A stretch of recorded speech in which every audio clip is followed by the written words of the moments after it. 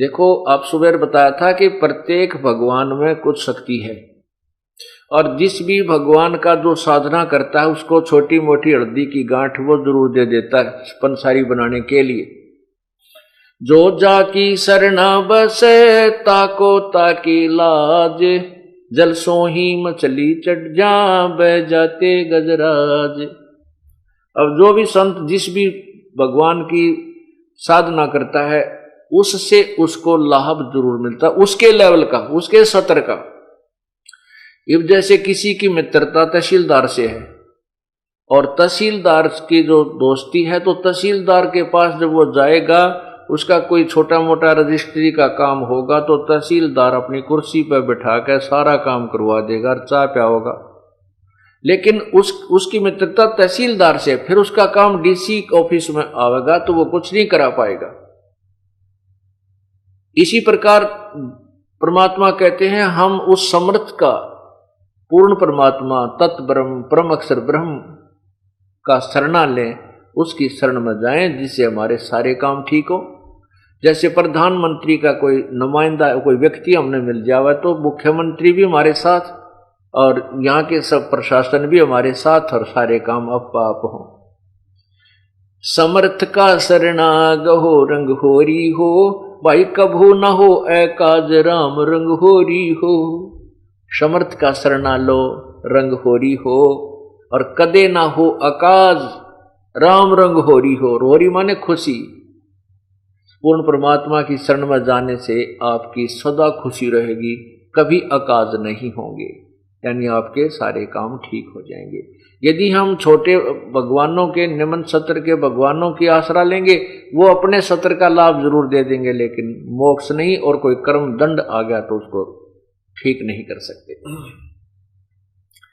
अब शेख फरीद की जो आंख थी, ये संस्कार प्रारब्ध से नहीं फूटी थी, ये तो इत्फाक फूटी थी।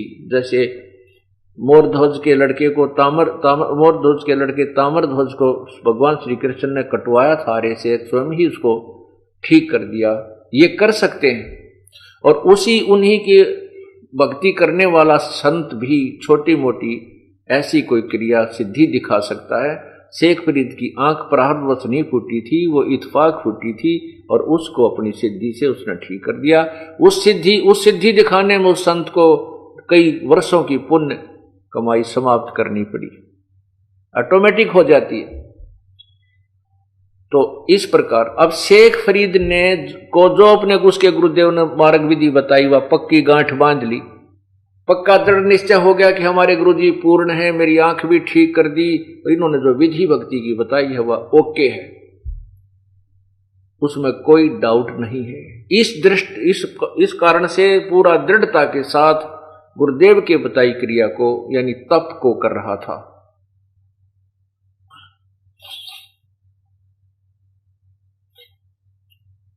गुरुदेव का शरीर पूरा हो गया, अर्थात तो मृत्यु को प्राप्त हुए। उसके बाद शेख फरीद ने वो आश्रम छोड़ दिया, क्योंकि उसका उद्देश्य परमात्मा पाना था।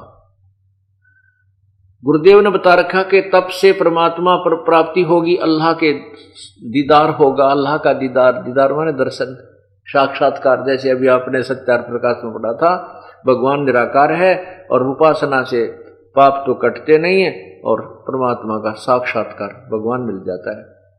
निराकार भी और साक्षात्कार भी है, दोनों बात बताओ भाई कैसे हो सकती है? यही थ्योरी एक की नहीं, जिसको तत्व ज्ञान नहीं, और आज तक जिसने भी ज्ञान दिया बताया, वो सब ने यही, सब संतों ऋषियों ने मजहबों ने परमात्मा को निराकार ही बताया है। तो शेख फरीद जी ने सोचा भाई गुरुदेव ने बहुत कहा है कि तप से भगवान मिलेगा, क्यों ना इस तप करके शरीर ने खत्म कर दूं, क्या बनेगा इस मिट्टी का यदि परमात्मा नहीं मिला था। तब खड़ा होकर किया, बैठ कर किया, धोने लगा कर किया, ऊपर ने पैर करके, नीचे ने सिर पद्मासन शिरासन करके किया। आखिर में सोचा एक कुएं के अंदर एक कुआं था, उसके ऊपर वृक्ष था, वृक्ष की टहनी उसके कुएं के ऊपर के गई हुई थी, वो छाई हुई थी। तो उस ऊपर वाली टहनी में एक रस्सा बांध के अपने दोनों पैरों के अपने रस्सा बांध के शेख फरीद ने, और वो क्या करता था कि कुएं में उल्टा लटक जाता था। 12 वर्ष तक कुएं में उल्टा लटक कर शेख फरीदी ने परमात्मा के दर्शन करने के लिए साधना की, गुरुदेव के बताए अनुसार। गुरुदेव ने तप करना बताया था तो उसने तप और कठिन करने की चेष्टा की, किसी प्रकार अल्लाह के दर्शन हो जाए। अब 12 वर्ष के दौरान अन्न भी बहुत कम आहार किया। क्यों किया कि कम खाना खाऊंगा तो कम बाथरूम जाऊंगा और कम ही पानी जो है ना फ्रेश होने जाना पड़ेगा, इसलिए ज्यादा से ज्यादा समय मेरा तप में जावे। इसलिए सवाम कहते हैं 12 वर्ष में शेख फरीद ने 50 शेर सवामन अन्न यानी 50 किलो गेहूं अन्न खाया। 12 वर्ष में 50 किलो अन्न। अब हिसाब लगाओ एक दिन में कितनी एवरेज पड़ी, मेरे ख्याल में तो 10 ग्राम की भी ना पड़े, 50 ग्राम भी नहीं पड़े पूरे दिन में। 12 वर्ष के दिन लगा हिसाब करके देखें तो कहने का भाव यह है कि वो शरीर इतना जीर्ण शीर्ण हो गया कि सारा शरीर की हाडी पंसली न्यारी दिखे। अब वो शेख फरीद जी एक बार बाहर आ जाते थे, कुछ देर बाहर लेटते थे, फिर कुएं में जाकर उल्टे लटक जाते थे। अंत में उनकी ऐसी स्थिति होगी कि जैसे कोई मुर्दा पड़ा हो, मुर्दे बाहर लेटे हुए को मुर्दा जान करके कौवे आगे उसकी आंख निकालने के लिए, उन्होंने देखा कि इस मुर्दे में और तो मांस की तो है नहीं क्योंकि हड्डी पसली खाल चिपकी हुई है। आंखें निकालने के लिए कौवे माथे पर आकर बैठ गए। तब शेख फरीद ने कहा, भाई कौव्यो, मेरी एक अर्ज है तुम्हारे से, मेरे शरीर में कहीं मांस तुम्हें नजर आए इसको खा लो भाई, मेरी आंखें मत फोड़ो, मेरी इन आंखों को मत खाओ, मुझे भगवान के दर्शन करने की इच्छा है, मैं परमात्मा के दर्शन करना चाहता हूं, मेरे दर्शन होने के बाद बेशक इनको खा लेना तुम। अब शेख फरीद ने सोचा कि यहां तो ये कौवे भाई तेरी आंख निकाल लेंगे, अब तू ऐसे कर इस कुएं में लटक जा, नीचे नहीं आ पाओगे। रोता हुआ कि अब तो शरीर का भी अंत होने जा रहा है और अल्लाह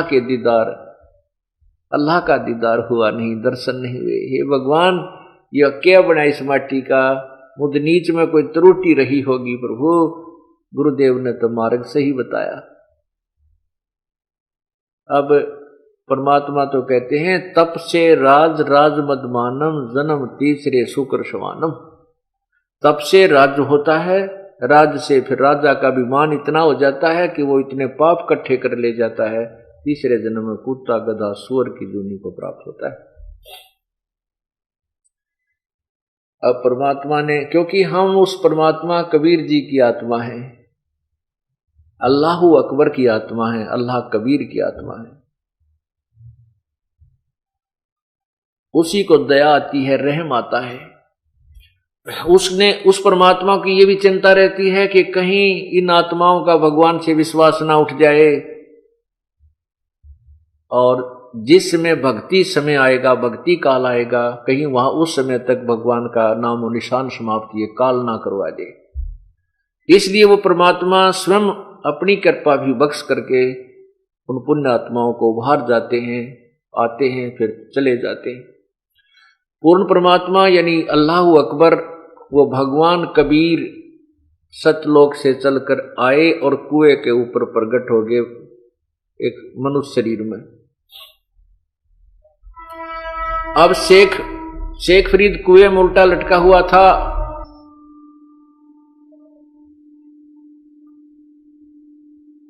परमात्मा ने वो रस्सी पकड़ी और उसको ऊपर को, जैसे कुएं से बाल्टी खींचते हैं पानी की, रस्सी पकड़ कर, तो ऐसे खींचने लगे उसको ऊपर को। शेख फरीद ने सोचा कि कोई ये गडरिया है, गवाला है, जंगल में बच्चे जो पाली जाते थे, गडरिये होते थे, वो क्या करते थे, शेख फरीद के उस रस्से को पकड़ कर ऐसे हिला देते थे। वो कभी कुएं की दूसरी तरफ जाके लगता था, कभी दूसरी तरफ जाके लगता था, ऐसे सिर के हाथ लगा लेता था। वो बच्चे उनको ऐसे छेड़छाड़ करते रहते थे। तो शेख फरीद जी ने सोचा ये कोई गवाला आ गया, तुझे परेशान करना चाहता है। उसको कहने लगा, जब वो इतने में वो ऐसे करते करते परमात्मा ने उसको बाहर निकाल लिया, उल्टा लटके हुए को। शेख फरीद मंद मंद स्वर में कहता है कि भाई तू मुझे मत छेड़, मैंने क्या बिगाड़ा है तेरा, मैं अपना काम कर रहा हूं, तू अपना काम कर। परमात्मा ने कहा, आप क्या काम कर रहे हो महात्मा जी? कहने लगे, भाई मैं अल्लाह के दर्शन के लिए, परमात्मा प्राप्ति के लिए प्रयत्न कर रहा हूं। परमात्मा ने कहा, कबीर परमेश्वर ने कहा कि भाई मैं वो अल्लाह अकबर हूं, मैं परमात्मा हूं। शेख फरीद कहने लगा, भाई मजाक ना करे, अल्लाह तो निराकार है, अल्लाह तेरे जैसा थोड़ा ही है। परमात्मा ने पूछा, फिर अल्लाह कैसा होता है? कि वो तो बेचून होता है। बेचून माने निराकार, फॉर्मलेस। प्रभु ने कहा, क्या अल्लाह निराकार है? हाँ जी। तब परमात्मा ने कहा, रे बोली आत्मा, अब वो चीज निराकार है जिसको तू निराकार कह रहा है और उसके देखने की प्रयत्न कर रहा है,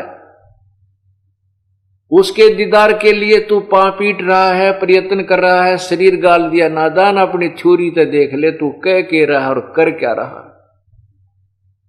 एक तरफ तो भगवान को कहते निराकार है, वो दिखाई थोड़ा ही देता है, और फिर कहता मैं उसके दर्शन के लिए प्रयत्न कर रहा हूं। तो परमात्मा कहते, एक ना भूला दो ना भूली, भूली सब संसारी। सबका भूल लगी हुई है ये। अब देखो शेख फरीद जी की एकदम वो सारे जो अंदर के गलत ज्ञान से जो माइंड के सक्रिय गलत फटोरे थे, वह सारी त्रुटि दूर होगी। एक सेकंड के अंदर समझ में आ गया रहा सचमुच, एक तरफ तो मैं उसको निराकार कह रहा हूं और फिर उसके दीदार के लिए यहां देखो शरीर को खत्म करने जा रहा हूं। उस शेख फरीद ने सोचा ये भगवान तो नहीं है, नहीं हो सकता, क्यों? लेकिन भगवान का बाखबर जरूर है। ये परमात्मा के बारे में जानने वाला तत्वदर्शी अवश्य है। न्यू के न्यू उल्टा लटके लटके पैर पकड़ दिए उस परमेश्वर के। कहने लगे, हे महात्मा, मुझे परमात्मा अल्लाह के पाने की विधि बता दे। तब भगवान ने कहा कि ठीक है भाई, ऐसे अन्न ना खाने से, शरीर को सुखा देने से भगवान नहीं मिलता।